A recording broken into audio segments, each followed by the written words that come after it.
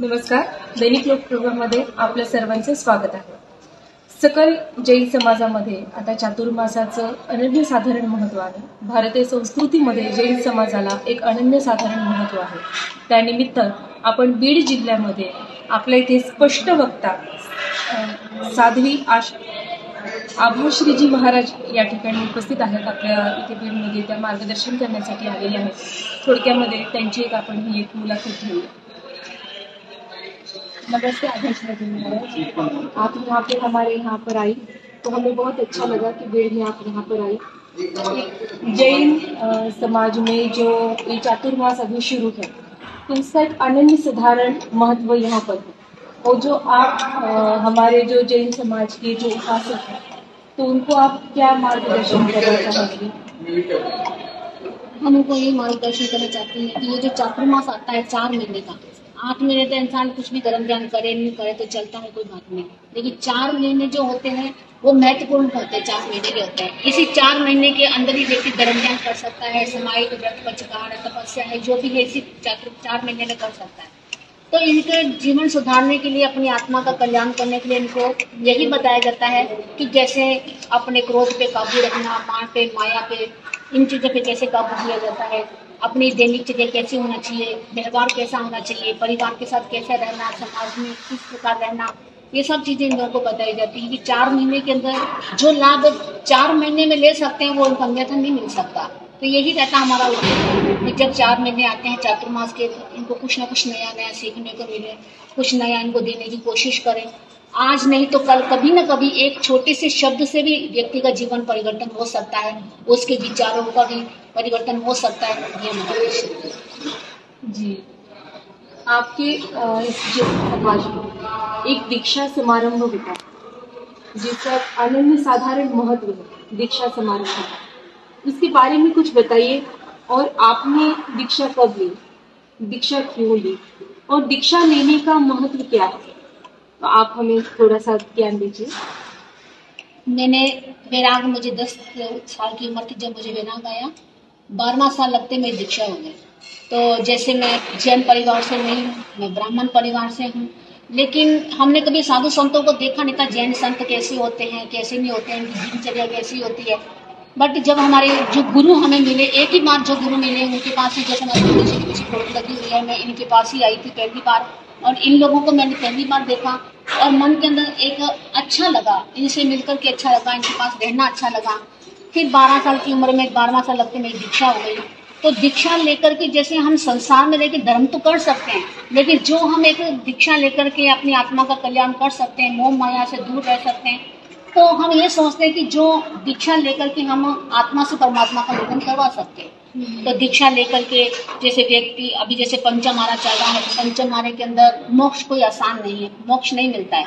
लेकिन जब संत साधना करता है, संत जब संन्यास लेता है तो वो इसी उद्देश्य से रहता है कि मुझे अपनी आत्मा का कल्याण करना है, उसे दुनिया से कोई मतलब नहीं है.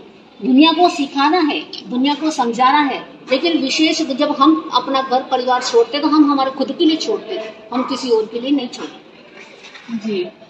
अभी आप जो यहाँ पर जैन धर्म समाज को आप प्रवचन करना चाह रहे हैं, हमें प्रवचन से कुछ मार्गदर्शन करना चाहते हैं, तो हमें बताइए कि आप किन किन विषयों पर यहाँ पर प्रवचन करना चाहते हैं.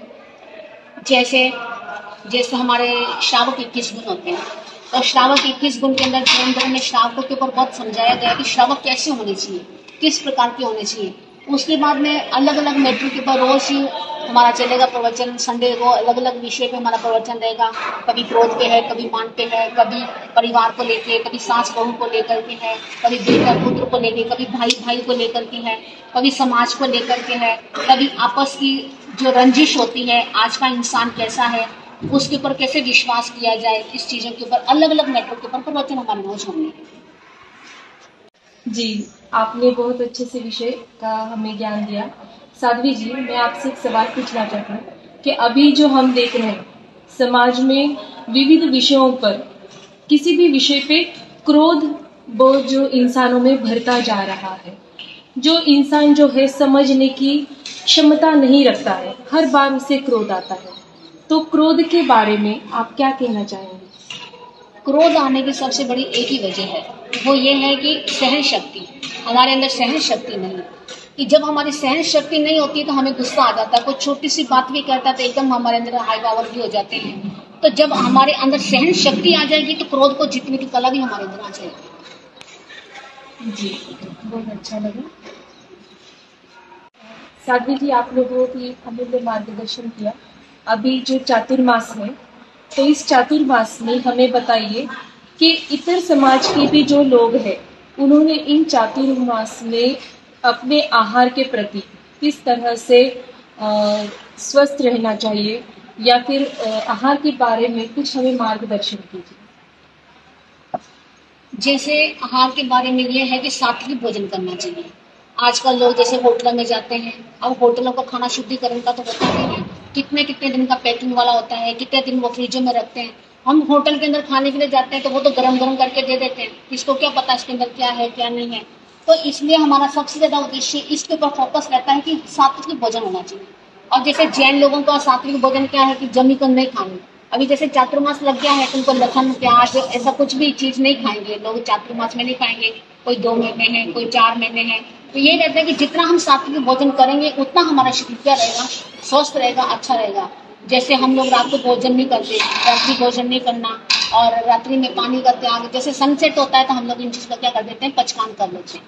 तो अब जैसे अब वैज्ञानिक भी यही कहता है कि रात्रि भोजन नहीं करना चाहिए, कि रात्रि भोजन करने से क्या होता है, शरीर खराब हो जाता है। कि संध्या से सूर्य अस्त से पहले पहले भोजन करना चाहिए, लेकिन जैन धर्म इस चीज को पहले से स्वीकार कर रहा है कि भोजन क्या करना चाहिए, सूर्यास्त से पहले भोजन करना चाहिए। तो हमारा सात्विक भोजन होगा तो हमारा सब अच्छा ही होगा।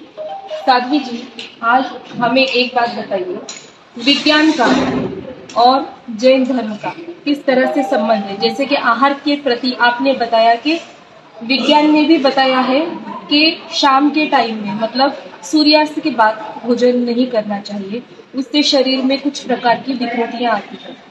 तो अब आप बताइए, जैन धर्म का और विज्ञान का कुछ सम्मेलन है, आपको लगता है ऐसा है? ऐसा है, वैज्ञानिक तो अब तरक्की कर रहा है, वैज्ञानिक ने अब खोजबीन करी है। जैसे हमारे तीर्थंकर हुए भगवान महावीर स्वामी हुए, तो इन्होंने तो वर्षों पहले 2500 वर्ष पहले ही ऐसे बोल दिया था कि जैसे पानी में जीव होते हैं, लेकिन हमको पानी में जीव दिखते नहीं है। तो वैज्ञानिक अब कह रहा है कि पानी के अंदर क्या होता है, जीव होता है, कंड के अंदर जीव होते हैं। ये तो जैन धर्म पहले से मानता है, लेकिन वैज्ञानिक अब मानता है कि इसके अंदर क्या होते हैं, जीव होते हैं। तो वैज्ञानिक धीरे धीरे करते करते इस चीज के ऊपर फोकस कर रहा है, तो इसके अंदर ये होता है, इसके अंदर ये होता है। तो अब उनका विचार भी थोड़े थोड़े मिल रहे हैं इस चीज के अंदर, कि किस चीज में कैसा अच्छा होता है, किस चीज में कुछ खराब होता है। तो ये थोड़ा थोड़ा उनको मिल रहा है। धन्यवाद।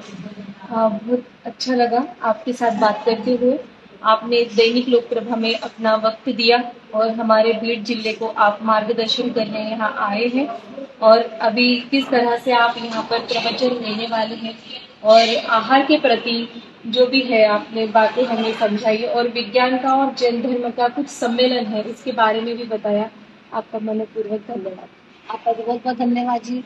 आप भी अपना अमूल्य समय निकाल करके यहाँ पर आए, और आपकी जिज्ञासा थी कि जैन धर्म के बारे में हम कुछ सुने, कुछ सीखे। अच्छी बात है, बहुत बढ़िया बात है कि आज जो हमने आपको बताया तो आप आगे भी क्या कर सकते हैं, किसी और को समझा सकते हैं, किसी और को बता सकते हैं। बहुत बहुत धन्यवाद। धन्यवाद।